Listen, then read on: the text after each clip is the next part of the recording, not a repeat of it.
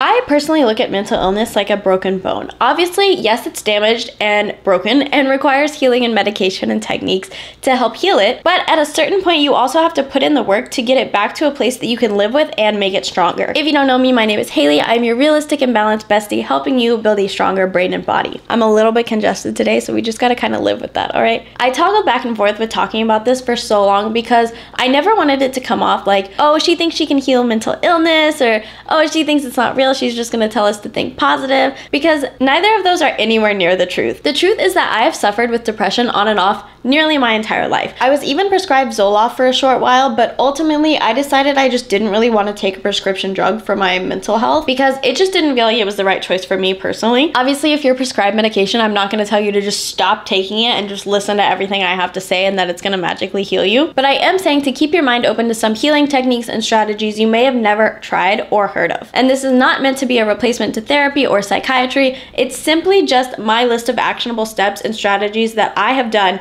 to pull myself out of some of the darkest places. Throughout this video, I'm going to refer to depressive thoughts as a slight catch-all for anything surrounding sadness, being in a slump, even times of seasonal depression, chronic depression, PMS, or anything like that. Because I find that the techniques that I'm going to be mentioning are helpful for any and all of these situations. And nothing that I say is going to be a cure by any means, but I personally like to understand why things work the way that they do, how these things came to happen, and what to do about it. My brain personally thrives in step-by-step procedures, which is why I laid this video out course style, so you can start with step 1 and follow through to the very last step and build on your understanding and strategies as we talk through each chapter. Like I said, I do look at mental health kind of like a broken bone, because at a certain point, you really do have to work to try to get it back to a place where you can live with it and thrive with it. Plus, when a bone heals, it actually adapts to be stronger than it was before it was broken, which is just kind of a beautiful concept if you think about it. And I don't mean to get all cheesy here, but I like to think about it like this. I fractured my sternum a few years ago in a nasty ATV accident, and if I had just declared that I was a person with a fractured sternum forever and doped myself up on benzos and just never attempted to get out of bed, to stand up, or lift anything ever again in my entire life, people would have looked at me like I was fucking insane. And that's kind of how I feel when I look back on the times when I suffered the deepest bouts of depression or hopelessness. And that's because I just see the girl who declared herself as depressed and was just accepting it and sinking further and further down. And I know that this is where I'm gonna lose most people, but I'm not saying that you don't get to feel your feelings, and I'm not saying that you have to force yourself to be happy all the time, because just like dealing with a broken bone, there's a period of time where you have to just kind of sit there and be like, holy shit, my bone is broken. Like, this fucking sucks. I can't do anything. And you're probably gonna have those same exact thoughts about depressive thoughts and depression, because I know I do it every time I'm in the thick of it. As you start to move past the initial shock of being like, holy fuck, I'm depressed as fuck right now, that is the time where we can actually start to make choices that can improve our circumstances and help us handle this battle with the proper gear and artillery, or like whatever else people use in battle. I've broken down each chapter into a guide format with a to-do task at the end of each chapter so that we can make sure that we're all moving ahead cohesively. You can use just this video, or you can follow along with this topic in a full course on my app with added readings, journal prompts, and meditations. Now that this insanely long disclaimer is done, let's move on to chapter number 1, which is understanding depressive thoughts and where they come from. There's generally no single cause for depressive thoughts. It could honestly be anything from a specific event that happened in your life. It could be a long-term trauma or CPTSD situation, or just general stress or unfortunate circumstances. When you're dealing with depressive thoughts, you might actually be experiencing a change in the inflammation in your brain here. And if left untreated for years and years and years, this can actually cause new brain cells to stop growing. It can also cause memory problems and can speed up your brain aging. Also, when you're experiencing these thoughts, the amygdala, which is basically the fear center of your brain, is going to get inflamed as well, which can cause us to not have a clear sense of what we should be afraid of versus what we shouldn't be afraid of. This is why sometimes what starts as a small depressing thought might turn into restlessness, guilt, panic, self-blame, and anxiety. I personally think that understanding that this inflammation is occurring has helped me immensely, because whenever I notice that I'm spiraling, it's really helpful for me to be like, okay, my fear center is just really hyperactive right now. Of course, she's catastrophizing the situation to protect me. And this is why antidepressants are really helpful in most cases, as they can actually help lower that inflammation and can help your brain form new connections. The caveat being that these do work completely differently for everyone, so the process isn't necessarily as simple as start antidepressants and you're going to be healed. Cognitive behavioral therapy is also a key factor in treating these thoughts because it can help us create new neural pathways in our brain and improve neuroplasticity. This is actually the path that I personally took, and I worked with a therapist to help me develop coping skills that worked for me and taught me to really improve my self-talk with myself. It also allowed me to create a barrier between my catastrophic thoughts and my reality. Obviously, I am not a therapist, so I'm not going to talk you through cognitive behavioral therapy per se, but I will be sharing some coping skills and things that I've learned throughout my journey throughout the course of this episode. Our task for this first chapter is very simple, but we really want to give ourselves a fighting chance here. So our to-do task is going to be to clear out our environment, and by that I actually mostly mean our digital environment. So I want you to unfollow or mute anyone that you feel like contributes to your negative thoughts in any way, whether it's thoughts about yourself, about the world, or just about anything in general. What you consume has such an effect on your mental health, and if what you're watching or listening to is not bringing you any positivity or even just neutrality, then it's honestly no wonder that we're all depressed, because we are all just listening to things that are super negative all the time, and if you don't remove yourself out of that equation, you are just succumbing to this trap. Chapter number 2 is all about finding the root of this depression. Now, obviously, sometimes when you're dealing with depressive thoughts, there are going to be times when you just feel it so deeply and you have absolutely no idea where it's coming from. Scientists actually believe that 40% of people with depression can trace it back to a genetic link, and that the other 60% of people are either caused by environmental aspects or situational aspects. And another factor that's been studied that I think is super interesting is actually the fact that those who have a genetic link might not actually have it in their DNA, but rather they might just be predisposed to depression from just growing up around it and being surrounded by it. Meaning, if you had a parent who was depressed and who was just fighting to get out of bed every day and had really, really negative self-talk, you likely pick this trait up out of ignorance and out of habit. I personally think this is a larger majority than we might realize, because as we all know, a lot of times it's not like they're actually testing our DNA or looking really at our brains when they prescribe us medication. They're simply just saying, do you have a family member who has mental illness? And then when you say yes, they're just like, oh, sick. All right, genetic predisposition, cool, must be in your DNA. Here's 50 milligrams of Zoloft. Like, there's not really any looking into this here. And I really think that's why a lot of people just kind of turn into zombies and become even more depressed on medication, because they probably would have benefited from just a good therapist in the first place. Wouldn't it be so funny if I popped like a BetterHelp ad right here? I'm so kidding. I've honestly heard so many bad horror stories about them, but honestly, finding a good therapist really is key. That's the one thing that they got right. Now, luckily, because we know that neuroplasticity exists, which is simply the fact that even if our brain has been wired a certain way, we can indeed rewire it to develop completely new pathways, thoughts and beliefs, and even new outlooks. And that's not to say that your depressive thoughts are going to magically disappear, but if we can create new neural pathways here with coping mechanisms and new thoughts, then we can over time make those our default wirings. So how do we do this? Our task for this chapter is going to involve some journaling here. A lot of journaling, I'm not gonna lie. So for the first one, we're gonna try to analyze what our big trigger could have been in our lives. So did you have a family history of depression? Did you have any situations that could have caused you to really struggle when you were younger? Maybe it was a learned way of thinking. You might have more than one big trigger, and you might have to really dig deep for this one to look back and think, was there any certain time where you're like, I don't think I was struggling before this point? But if you do a little bit of digging from an unbiased perspective, I can almost guarantee that you're gonna find some kind of answer here. And now this second step is gonna alter a little bit depending on how step number 1 went for you. Remember, I'm really asking you to keep an open mind here. So if you ended step number 1 by being like, this dumb bitch, I've always been depressed, I always will be depressed, there's no reason, there's no trigger or whatever, then I can confidently say that you do not want to listen to the rest of this, so you can go ahead and just exit out of this right now. Because we can't make this change if we don't first admit that something isn't where we want it to be. And by just identifying with those depressive thoughts on a level where you're making it a part of you and you're just saying, I've always been like this, I always will be like that, then you just make it something that you don't want to change. Anyways, this step is going to take some inner child work. And when I refer to inner child, I mean it could be anything from 2-year-old you to 22-year-old you. Literally any past version of yourself, because this version is going to differ based on what you identified your big trigger as. So you're going to really try to think about how old you were at the time of your big trigger. If you were around someone who's growing up depressed, you might think about how old you were when you were dealing with this. If you went through a traumatic experience that you think really triggered depression, again, you're gonna imagine yourself at that age. And if you have a picture of yourself around this time, that's also incredibly helpful to really connect to your inner child and just kind of get used to thinking of little you. So you wanna really imagine what they would have needed to develop better coping mechanisms and see a different outlook on life. So what resources do you think could have helped them? What things do you think they needed to hear? Just really getting deep and thinking of anything that you think could have helped you get through that time in a better way. And you want to keep this list because we are going to come back to her shortly here. So just write down everything you can think of and put it to the side. Now, along with this big trigger, you might also find that other little things can also trigger you into a bout of depression. For me personally, money is a huge trigger for me, and I find that whenever I'm going through any kind of money struggles, whether it be big or small, it triggers me immensely. I also felt that when I was in toxic relationships or toxic friendships, I find that those were also huge triggers for me that just made me feel really alone and hopeless. So for this step, you're gonna think about the things that are little mini triggers, so to speak.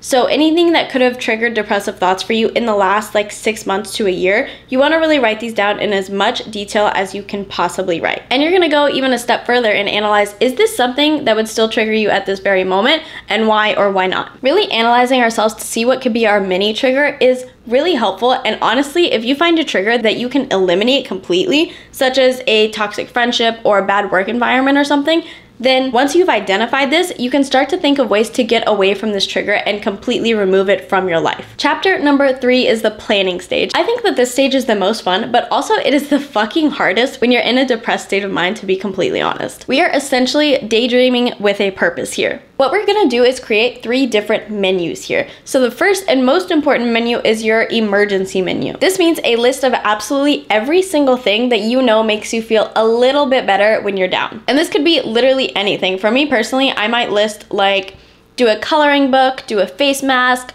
watch Vampire Diaries, go get canes, read a nonfiction book, bake something, text or FaceTime a friend, light some candles, do some sewing or knitting, or watching vlogs or comfort YouTubers. The menu is key because when you're upset, the last thing you want to do is have to use brain power to try to think of ways that are going to make you feel better. And you also don't want to just sit there and keep scrolling on your phone because that's going to make you feel even worse. So I like to have this pre-made with as many options as possible to really eliminate decision fatigue and help break the loop of thinking, oh my god, I'm so useless, I can't even make myself feel better. And it might even be a little bit helpful to put like a little blurb beside each thing that reminds you of why it makes you feel better. And I know it sounds dumb and dramatic, but we're already fighting our own brain here. So what difference does it make if we add a third outside voice here that's gonna remind us why we enjoy doing a certain thing? The next menu we're gonna make is a daily routine menu. And this can be anything from daily self-care items, a movement goal, cleaning goal, whatever it is. The goal with a daily menu is not to do all of the items every single day. Obviously, that is a great end goal, but in reality, that's probably not what we're gonna be able to achieve in the very beginning. So when making the list, you might wanna write down all of the things that your ideal version of you would do every single day as like a motivational aspect to work towards, or you can just write down the things that you perceive as tasks that need to be done every single day as your non-negotiables. And the goal here is that you can pick one item to do every single day to keep yourself in some sort of routine. So even if you don't do all of them, you're giving yourself a sense of accomplishment by being like, okay, I did this one thing. And then if every single day you do just one thing from that list, you are still creating routines because you're still doing something and you're just getting used to the aspect of doing something for yourself. We're also using this to kind of override the feeling of hopelessness and the harshness that we often use whenever we speak to ourselves, because this is giving us a sense of proof to be like, actually, I did the dishes today, so stop trying to convince me that I'm useless. And lastly, we're gonna create a movement menu. And again, the goal here is not to do all of the options, but to have them in an easy and accessible area that allows us to take the brain work out of trying to exercise. This might even include podcasts or music playlists that you can listen to while you're moving. Again, you really just want to take the guesswork out of this scenario. You can also make a YouTube playlist of any follow-along workouts to have on hand, or you can just try out my app where I lay out workout programs for every single level. That was a slight promo, but honestly, you can try any program from my app, or you can just try a workout of the week to switch it up sometimes. The goal is that exercise releases endorphins and can also help improve cognitive function, which are both keys to improving our mental health. Our main task for this chapter is focusing on our water intake.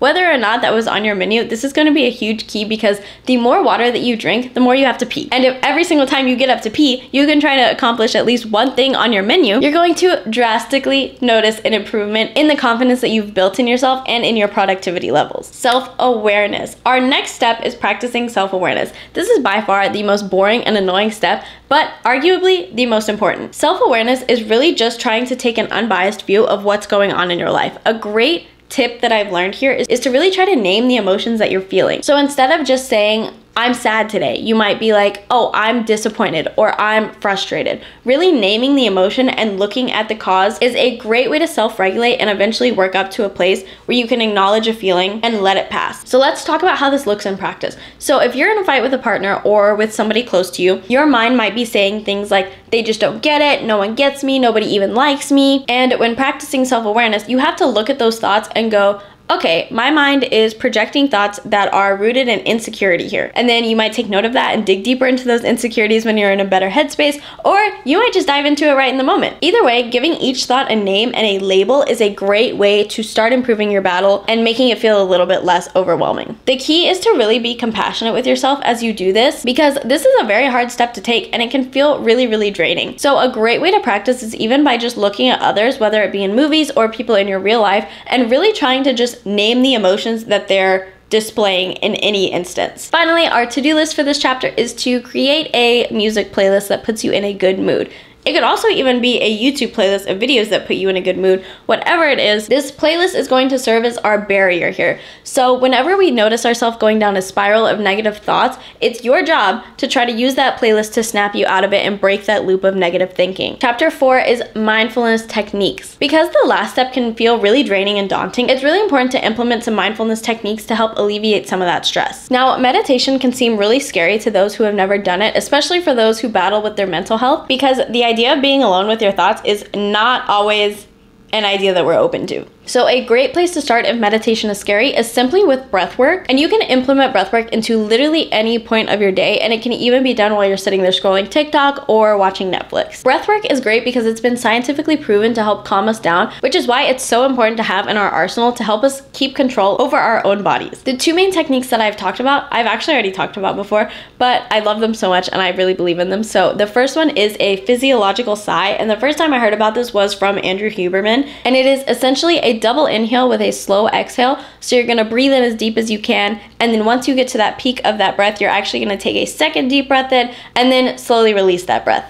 The second one is box breathing, and this is where you're gonna choose a duration. So whether it be 2 seconds or 4 seconds, you're gonna take that time to breathe in, hold for that same duration, breathe out for that same duration, and then hold for that same duration. You can also even just focus on taking full deep breaths periodically to help calm your nervous system and still practice breath work in your own way. Now, gratitude is a topic that I know feels dumb as fuck, especially when you're battling depressive thoughts, and that's because it feels so opposite from where our minds currently are at. So I think that a great place to start is actually by aiming for neutrality. And I will never tell you that you should be grateful for every single thing that's happening in your life, because the truth is the negative things that are happening probably fucking suck, and there's probably not a lot to actually be grateful for in some situations. Just 2 months ago when my grandpa died, and then a week later my appendix almost burst, and then I had to get on a plane post-surgery and go to that funeral, there was not a single thing that I could find in my life to be grateful for. Not a single one. And now looking back, I could be like, oh, well, I'm grateful I didn't die. No, in that moment, that was the literal last thing that I could have ever thought about. But what I did manage to do during that time was to be like, well, this happened. Like,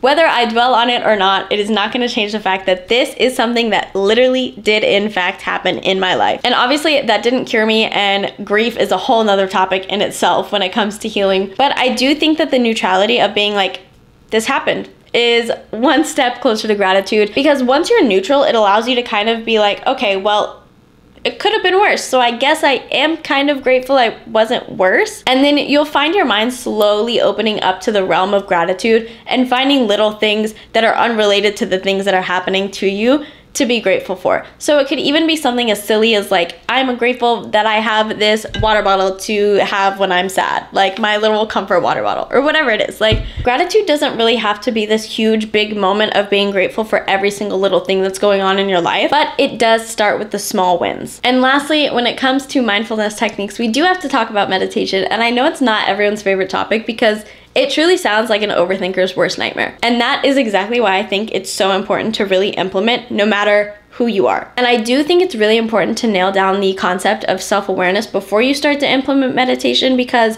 if you're not able to distance yourself from your thoughts and understand that you are not your thoughts, then meditation is going to be a very hard and possibly even scary thing for you. Understanding that your mind is going to wander when you meditate is key, And practicing this art of releasing a thought and kind of letting it pass through you as you go back to focusing on your breath is literally a superpower to develop, and you cannot convince me otherwise. So our task for this chapter is to implement a breathwork technique or a daily journaling practice into your routine. And the journaling doesn't have to be a gratitude journal per se. It could literally just be a neutral journal where you are just describing what happened to you throughout the day without even worrying about adding in gratitude. And once you have those two things down, you can try to add in a guided meditation to help you really start to improve your neural pathways and help you separate from your negative thoughts. Chapter 5 is all about the basics. I know it's something that everyone hates to admit, but I do think it's so funny when people are like, oh my god, I started working out and eating better and I actually do feel better. And I think that's because we're so used to seeing people talk about eating better or moving more or whatever purely for aesthetic purposes,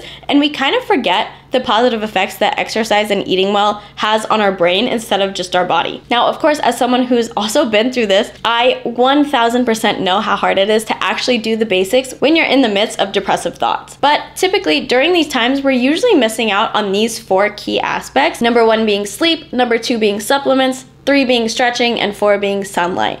Now, I know you're probably like, bitch, I sleep all the time when I'm depressed. But how much of that is actually restful quality sleep? Whenever you are just in bed all day, you're actually disrupting your circadian rhythm, which is why sunlight is actually a huge key in helping improve your mood. And I'm not telling you that you can't rot all day if you want to, because I know how debilitating depressive thoughts can be, but I promise you're gonna notice a difference if you just do your rotting on a couch or on a chair or even on the floor, anywhere as long as it is not your bed, because you want your brain to only associate your bed with sleep, because otherwise your sleep hygiene is going to be completely thrown off here. So again, trying to either get sunlight through a window at the minimum or by just taking like a 10-minute walk outside is going to enormously boost your mood and help you battle your mental health here. Now, supplements are also a key when you're in your darkest points, because we all know how hard it can be to try to eat healthy when we're battling depressive thoughts. So at a minimum, I personally take a vitamin D3, omega-3, vitamin C, iron, and a magnesium pill at night to help me try to keep my body in a state where my vitamin deficiencies aren't making my condition worse, because that can happen. I also try to keep a protein powder or protein shake on hand as much as possible so that at a minimum I can drink my calories for the day. And lastly, the one thing that we can all do from the comfort of our own home while watching TV or scrolling TikTok, stretching is so much more important than we realize, but mostly because it's been shown to increase our serotonin levels and reduce our stress levels. So even the most basic stretches can make a huge difference in our lives when we're doing them on a daily basis. Overall, I really think that making sure that these 4 things are a staple in your routine is a huge factor in successfully improving your mental health. So even if you just start with 1, start today and make sure that you stick with it. Chapter number 6 is a continuation of inner child work, and one thing about me is I love inner child work. I really hated her at first, and I think that's because it's hard, it's sad, and it's very, very heavy. But the more that you can connect with your inner child, I really think that's when you're going to notice the biggest healing changes. So looking at the list that we made in chapter 2 about our inner child, we're going to see if there's any of those things that we can give ourselves now. So maybe little you just needed someone to listen to them, or just someone to protect them in general. But overall, it's your job to give these things to yourself now. And I know that's really hard to hear, because it's like, no, I was little, someone was supposed to take care of me. But again, like we talked about before, what happened, happened.